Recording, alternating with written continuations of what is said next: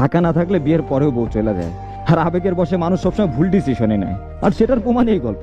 আমি আবার এসএসসি পরীক্ষা দেবো, আমাদের স্কুলের একটা মেয়েকে দেখে আমি তার প্রেমে পড়ে যাই এবং তাকে অনেক ভালোবেসে ফেলাই। সে আমার জীবনের প্রথম প্রেম ছিল।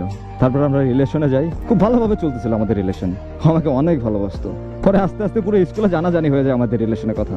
তারপর একদিন আমাদের স্কুলের স্যার ওর বাবা মাকে জানায়। ওর পরিবার ছিল খুবই অহংকারী। তারপর ওনারা ওরা মাদ্রাসায় ভর্তি করে।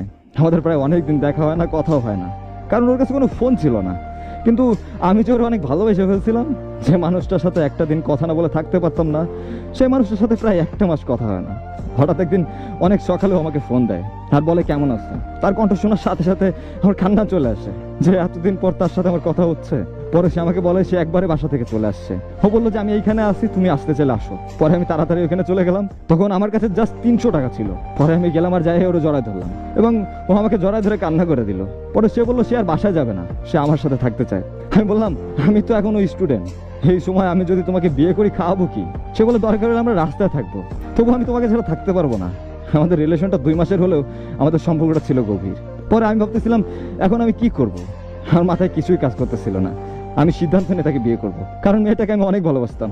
এখন আমি যে বিয়ে করবো সেই টাকাটাও আমার কাছে ছিল না, আর আমি ছিলাম মধ্যবিত্ত পরিবারের ছেলে। পরে আমি আমার ফ্রেন্ডদের জানাই, কিন্তু কেউই না আমার হেল্প